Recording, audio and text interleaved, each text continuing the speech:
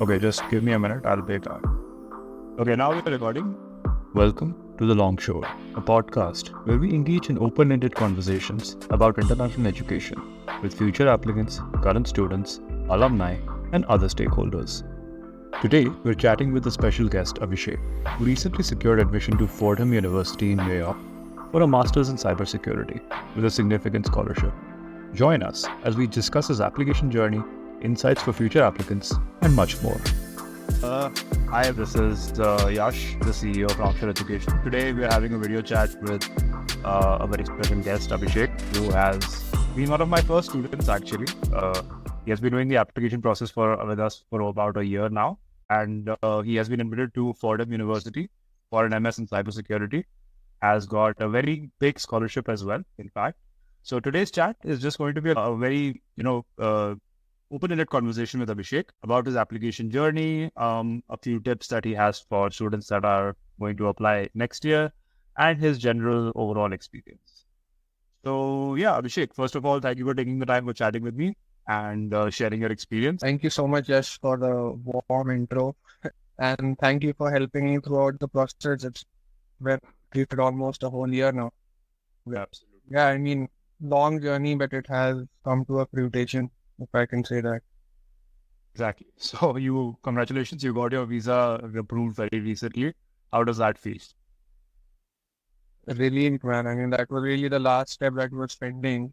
And it went really well. It was a very short interview. I mean, around 30 seconds.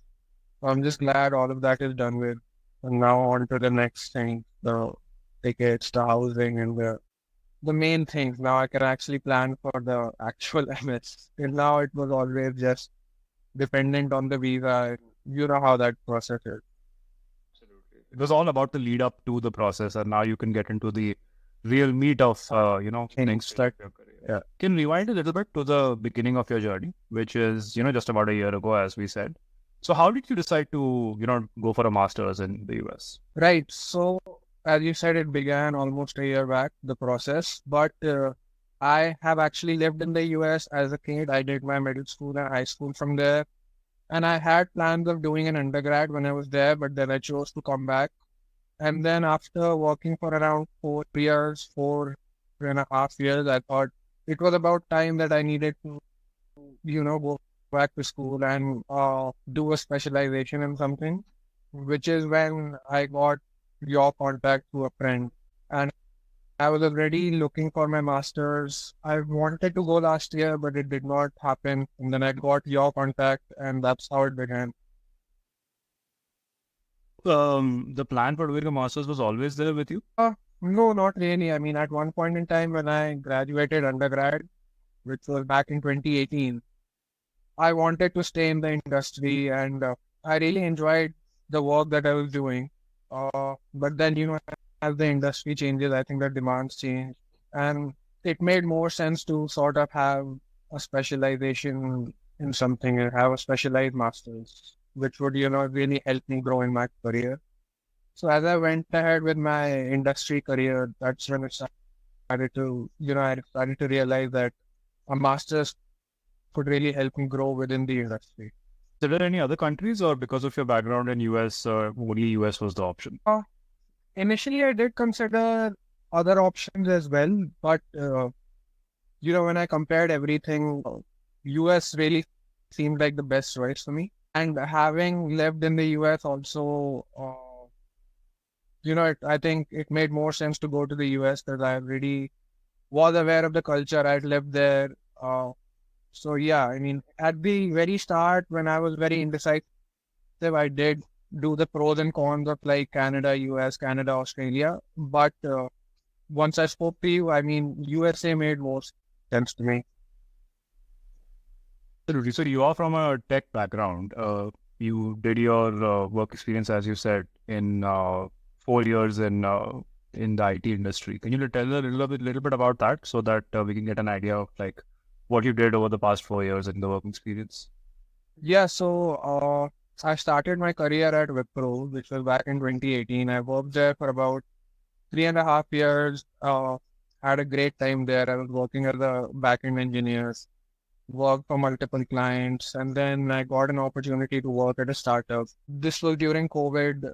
Everything had become monotonous, so I thought that was, a great choice, something a new experience for me, something new to learn.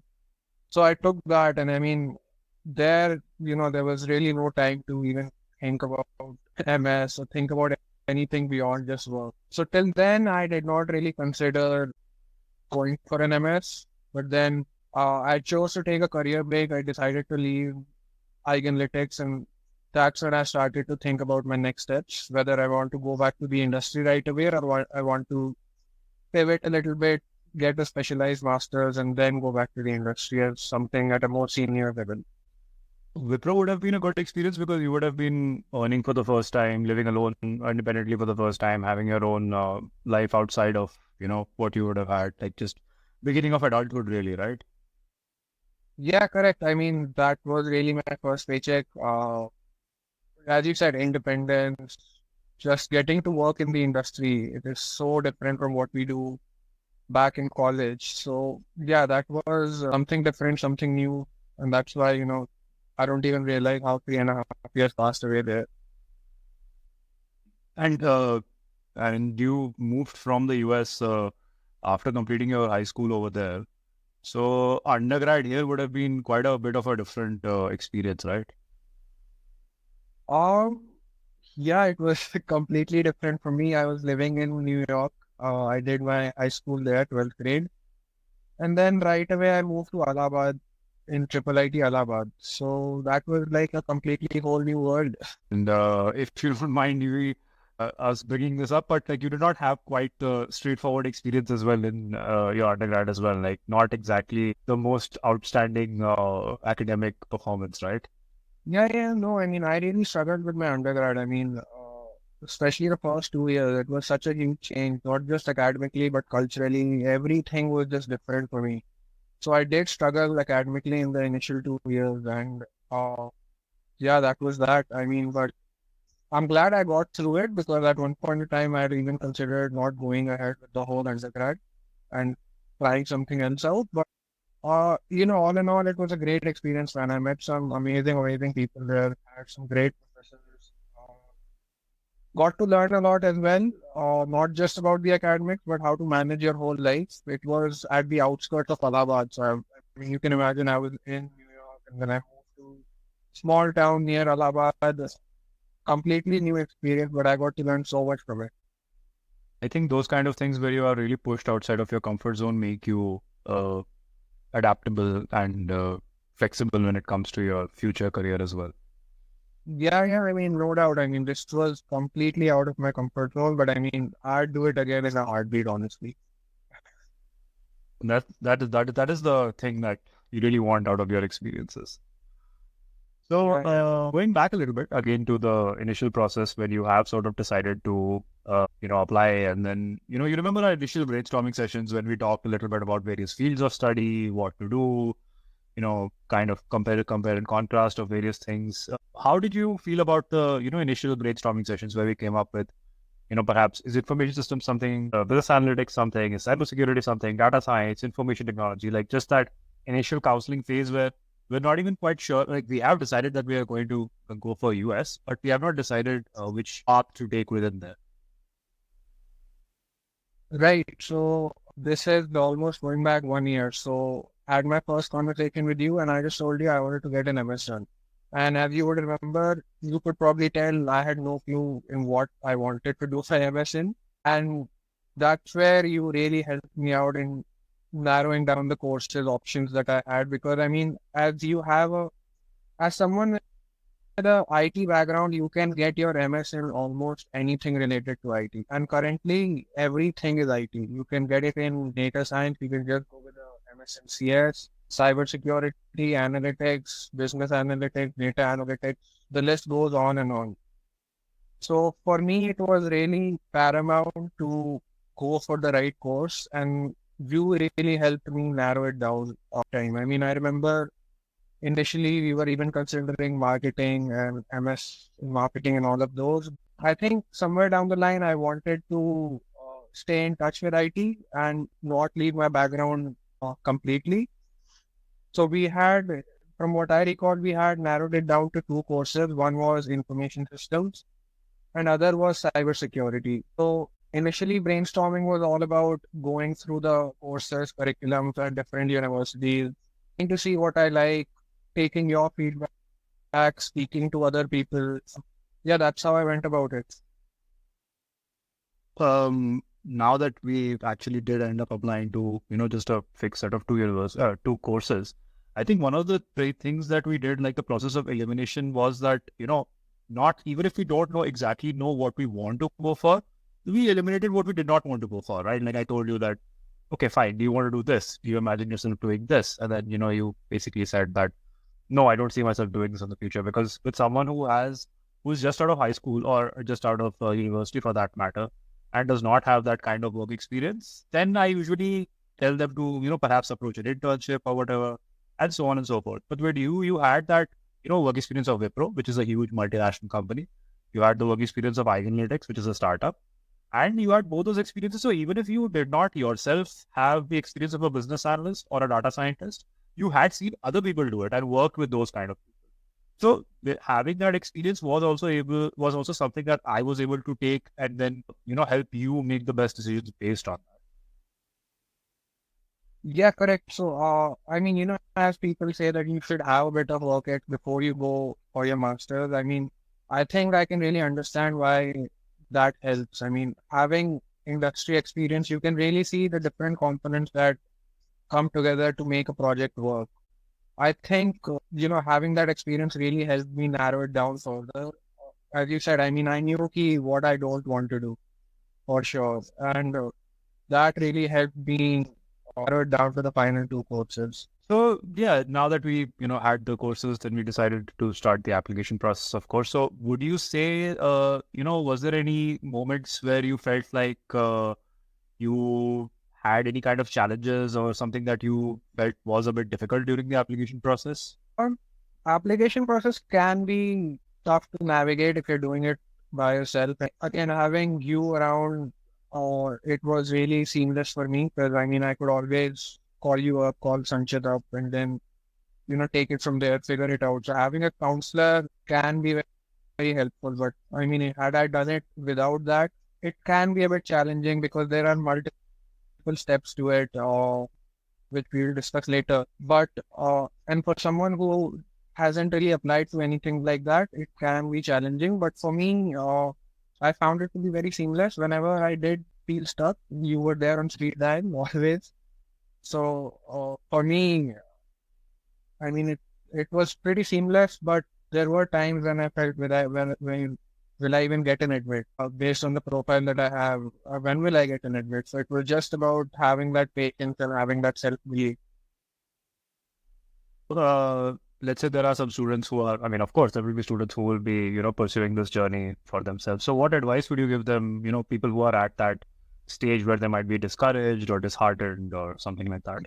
Uh, have patience, as I said, because I mean, admits start to roll in around January, Feb. Before that, it's highly unlikely that we'll get any admits. So just keep applying, have patience, make sure your SOPs are as per the university requirement. Do your research on the universities, and most important, I think everyone should try to aim high because a lot of people have this the confidence that whether I'll get that university or not. Just submit an application if you can. Even if you stand an outside chance, put that application in. The worst that will happen is you won't get an admit. Okay, I mean, if there are a set of dream universities that you are considering, and at least you should not have the regret of not applying, right? If there is at least a few universities that you have in mind, then just go for it. Like, even if there is a rejection, I mean, if there is a student who's applying for 10 universities, I usually end up telling them that, if you get 10 acceptances, then it's possible that you did not aim high enough, right? If you get, 7 acceptances and, 3 rejections, that's perfectly fine because you ended up applying to a few universities that perhaps are outside your range.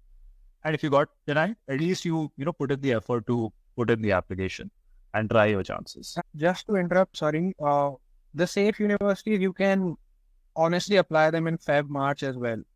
because they have those seats available. So I think when you're applying as an early bird candidate, try the dream university. With that said, make sure your dream university is not really your first university from what I experienced. Because with the first university, you're still sort of tweaking your SOPs. You're still, making final adjustments to your application. So have it like your second or third application that you send out so that you have your SOP all sorted out. It's perfectly tailored for that specific course, for that specific university. So that, that's your best foot forward. In your case, we got one of your safety admits pretty early on, like somewhere around December, if I'm not wrong, or maybe late November, right? So did that help you, navigate the rest of it? Ki at least I have one university done, so at least I have one admit, and then I can only go higher from here. Did that help with manage your sort of expectations or stress levels or whatever you want to call it? It certainly did bring the stress levels down, knowing that, I had one admit there. Because it's such a random process, there's no right or wrong answers to the process, right?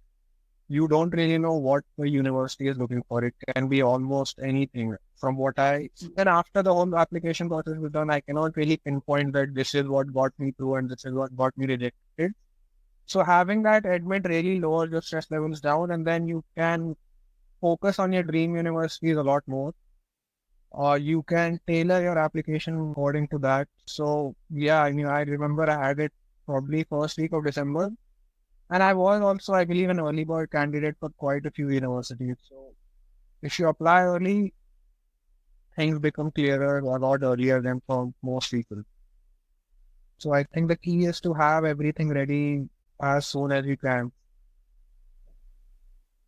Of course, having the counselor, having someone working with you, me, Sanchit, whoever, did help with the process. But let's talk about the SOP. Like, did you have any difficulties writing that? And how was the thought process when it came to, because India is, honestly speaking, not a very writing-oriented curriculum. Like even from our high school all the way up to, our undergrad and so on, unless or until you are pursuing a liberal arts education, our engineering and technical courses don't have much writing oriented programs. So how was the statement of purpose and so on? SOP, yeah, again, SOP I think is really, really key for if you wish to stand out in the application process, make sure you devote time to writing clear, good SOP. And SOP, like my recommendation would be do not read other people's SOPs because that sort of brings in ideas that are not yours. It's a good thing you're saying this because then I can just clip this part and send it to someone because people don't believe me when I say it. No, I mean, you had told me the same thing and I was like, but I need some reference. How do I write it? Like, what do I even write? I have no clue. So I remember you telling me that just write your story, Abhishek. That's all that we need in SOP, right?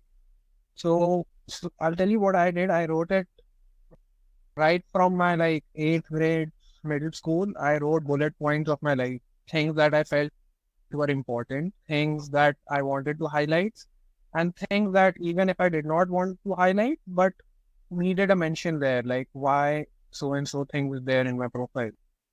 So I just wrote everything in bullet points, and then I remember looking at them and I'm thinking, what am I supposed to do with this now? And then the idea is you try to convert it into a paragraph, make it into 2 paragraphs, 3 paragraphs, 4 paragraphs, send it to your counselor. You may have some feedback, iteratively work towards fixing it. So SOP, I think for me was really an iterative process. But for me, key is to have the bullet points ready, things that I want to highlight that need to be highlighted.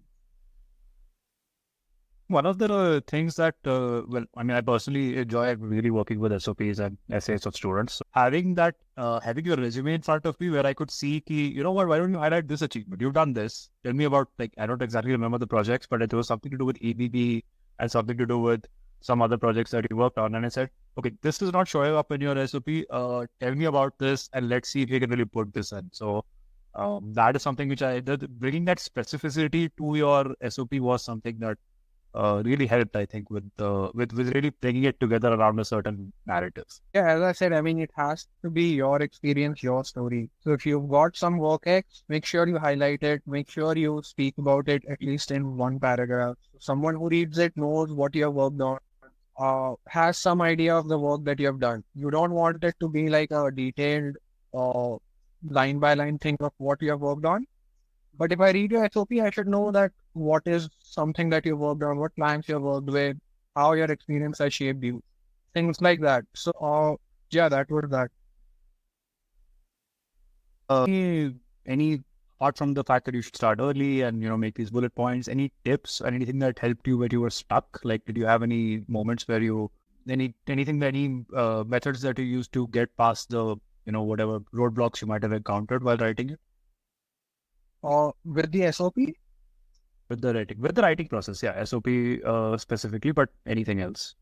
so just having feedback, not just from the counselor, but someone your friends, your family, getting them to read it to you, and having their feedback on it, at how you can improve it.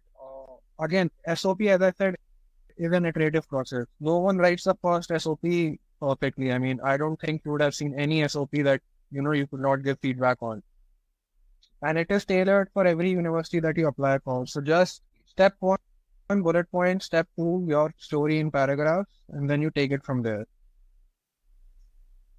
In terms of doing something, you have the bullet points and creating a narrative. In terms of not doing something, it would be something like don't read someone else's SOP because you might get influenced overly by that, and try to hold yourself to Those can be a whole book written on the different start. Do not copy, do not use AI.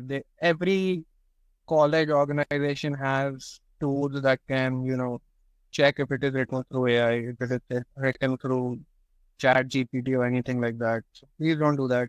What are the other don'ts? Do not copy anyone else's SOP, because I mean we get so many applications from India. Make sure your SOP is unique to you. If you write the same thing that other 10 people are writing, there's honestly no point. I mean, the admissions counselor will not really be able to tell anything about you.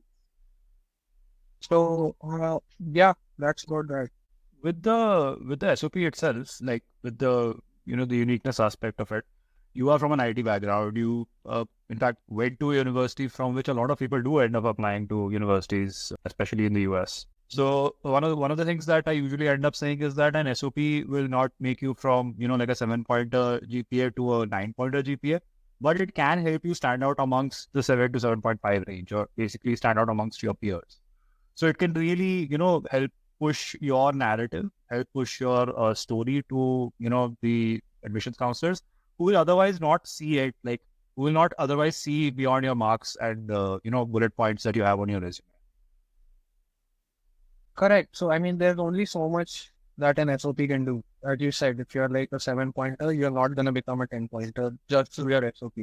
But if there are aspects to your profile that are unique to you, I think it can really help you. And, there is a chance that they might look at your profile over someone who has a very generic 9-pointer profile, if that makes sense. If you have something that is different to your profile, make sure you add it. And again, as I said, there is no right way to go about it in the application process. It's very subjective. It's something, there are any guidelines to it, but it's subjective to what the admissions team looks at. So make sure your SOP is only about you. It doesn't take ideas from, oh, this guy got into so-and-so university, he wrote XYZ. Let me try that out. I don't think that will work. Another aspect, of course, is the letters of recommendation. So would you have any particular recommendation or any advice for people who are looking for the right recommenders to choose? I mean, if you have work experience, speak to the people at your office, people who are senior to you, who you have worked with. They can be of big help, or their recommendations will be required if you have work ex. In my case, the challenge was getting the recommendation from my college, because it had been like 5 years since I graduated. So I was not really in touch with folks back in triple IT, but thankfully there were professors who I managed to get in touch with, and they gave me the recommendation. So If you are working, it's fairly simple. I mean, unless you don't have like a good rapport with your colleague, I'm sure most of them will give you a recommendation. And again, it has to be unique. Don't just copy paste anything and get their sign on it. Same with the professor. Tell him what courses you took under him, tell him the grade that you had, tell him the master that you're going for, and ask him to write you a recommendation. And if you're early in the process, then you still have time to do all these things because you were an early bird applicant. So even with the struggles and that you had with like the turnaround times of the professors or the university, we still had a bit of time to actually make this happen. Yeah, I mean, I think if you want less stress, start early because you don't want to be in like December, January, and your professor is not getting back to you or your colleague has left you on scene or, those are things that really add to the stress. You don't want to be at a place where you're really scampering and you're checking mail, whether you got a reply, whether you got any leads or anything like that. So start early, get things ready, get your recommendations in, and it really helps to ease out the rest of the process. When we actually started, you already had taken the GRE and the IELTS at that point. So how did you end up preparing for that? Right. So GRE, I mean, before I spoke to you, I had made my mind for a master's, even if didn't have the clarity in what. So I was already preparing for GRE, and GRE preparation is very standard. There are books for it, like any other competitive exam. It's a time-based exam, so make sure you do a lot of mocks. If you feel the need to take coaching or anything or that sorts, go with that. But I think the key with any competitive exam is taking enough mock exams so that you are on time with each section. And it's a sectional test, so make sure you really focus on that one section. Even if you, let's say, mess up the previous section, it's in the past, you want to focus on the current section that you're working on. So it's really a game of practice. How long did you end up preparing for? I mean, IELTS, I'm assuming that it did not take much time because you do have. Mine was about, I guess, 3 to 4 months of prep. If I remember recall correctly, something like that. I think most people in India would not find the maths part that difficult.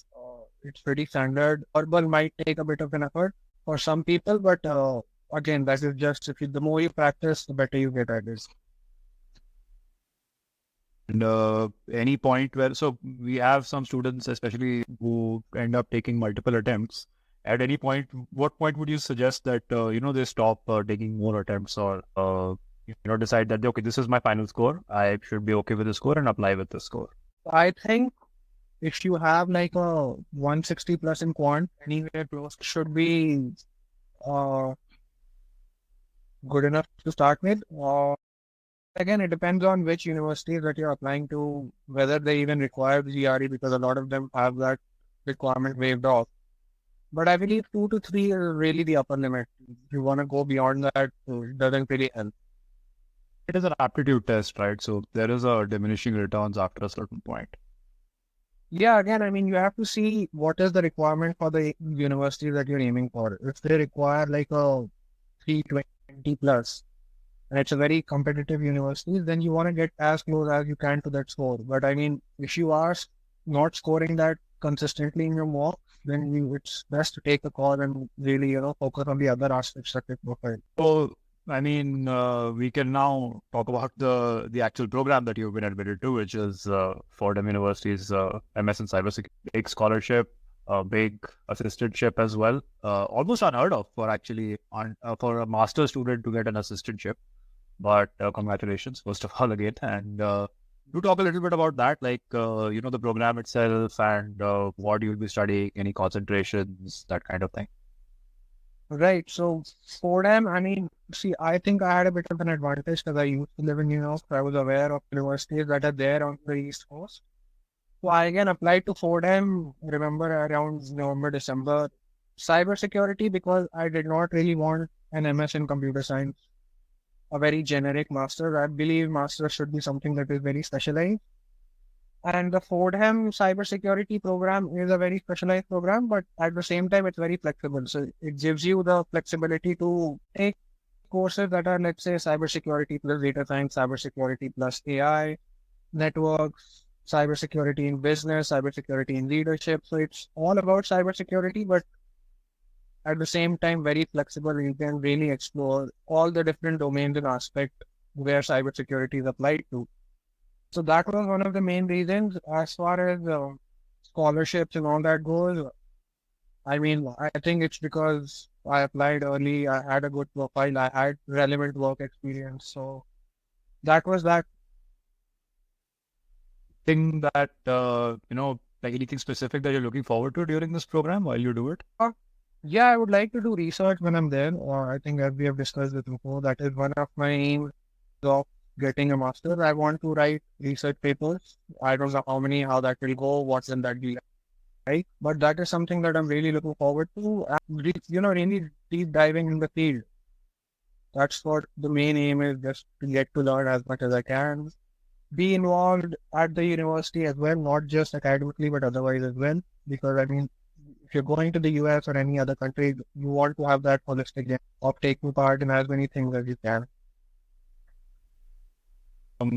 The research aspect. So in the US, research is actually a fairly serious and a lot more involved thing than you have in Indian universities. So do you think that will be a bit of a challenge writing research papers that are up to the standard of, US research, US university research? I mean, I hope it's a challenge. It is supposed to be a challenge. If it is a cakewalk, then is it really worth it? So I'm sure it will be a challenge. It will be a new experience, but I'm sure on the other side of it, I'll get to learn quite a bit. And yeah, we'll see. We'll try our best to publish some paper if we can. And there are professors, there are PhD scholars who are there to help you out. The idea. So it will be a challenge, but it will be a good one. At what stage do you suggest the students to perhaps get in touch with their graduate advisor or the professors or the head of the department, or, maybe attend some promotional events that the universities have? Okay, good question. I think you should, if it's a university that you're aiming for, it's like a dream university and it's a place that you want to go to, do it right as soon as you get your admit. I mean, the earlier the better. And you want to sort of have questions for them. You don't just show up and say, hello, I've got an admit. You want to seem curious, make sure you know the profile, you know the program, you know things about the university, connect with the alumni on through social media platforms like LinkedIn. So it should seem like you're really interested in the program, you're ready to go. Since you will now be a student, a current student really, before you become an alumni, any advice for students who want to connect with current students? Like, how should they approach you for help if, let's say you are on LinkedIn and someone messages you? Is there something that, would make you more inclined to reply to that message or help that student out? I mean, I'm sure most people are willing to help, but it's just a question of time and prioritization. Or yeah, I mean, I would love to help anyone who wants to connect. Or you can give my email ID and my LinkedIn, so they can connect me through that. But make sure you have some idea of what you want to do. Don't have the other person decide things for you, like whether I should go for this university. This is not an answer that some random person who has been through the process or not can give to you. This is something that is very personal. Have that idea and see how that other person can really help and guide you. Leaving the decision making on other person is really not the right way to go about it.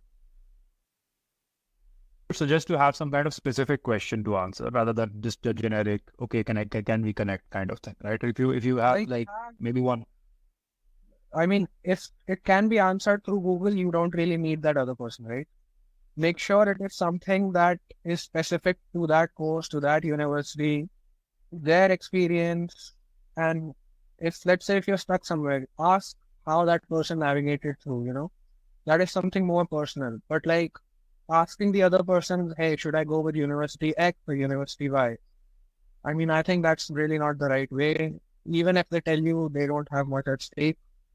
So make sure the final decision making it lies with you. Yeah. So beyond the masters, like, what do you think you will be doing after your masters is over? Initially, I think after my master's, I'd like to work for some research-based organization. Probably there is a fellowship between Fordham and IBM Research. something that I would be discussing with my professors once I'm there. If I can land that, there's nothing like it.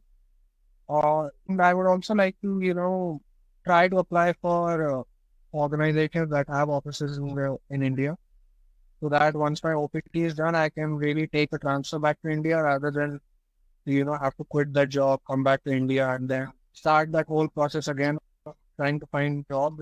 That can be really a task in India or abroad. So aim is something in research, something in organizations that have offices, not just in the US, but all around. Looking forward to being back in New York again. Yeah, now I really am. Now that the whole process is done with, and I have that clarity, because until like last week, I was not really thinking, I was not even sure if that MS thing is done really. But now, once that visa is done, I can really look forward to going back to the city, living that life again. Any advice for visa applicants? Or anything that you feel that would be helpful for students who are applying for the student visa? Yeah, to keep it very simple, do not lie in the interviews, or do not make things up, or do not over prepare. Make sure it's a conversational thing. It's not really an interview. It's just a conversation with a stranger who wants to know a bit details about why you're going, what you're planning on doing. They aren't really there to reject you, honestly. From what I saw at the consulate, if you give clear answer, concise answer, not one word answer, do not mug things up, there shouldn't be any problem. I think mostly I've ended up covering, kind of whatever I wanted to. But I think one final question before, we end up closing this. So throughout the application process, before you end up applying, you end up thinking about, this is how it will go. This is how it will go. And you have your expectations for it and expectations for yourself as well. Like perhaps I will tackle this way, or perhaps I will react to this in this way. Anything that really surprised you, or anything that was completely unexpected with how it ended up going versus what you had, what your preconceived notions were? Yeah, so I think, as I said at the start, you want to aim high, because you don't want to have regrets of, not applying to X, not applying to Y.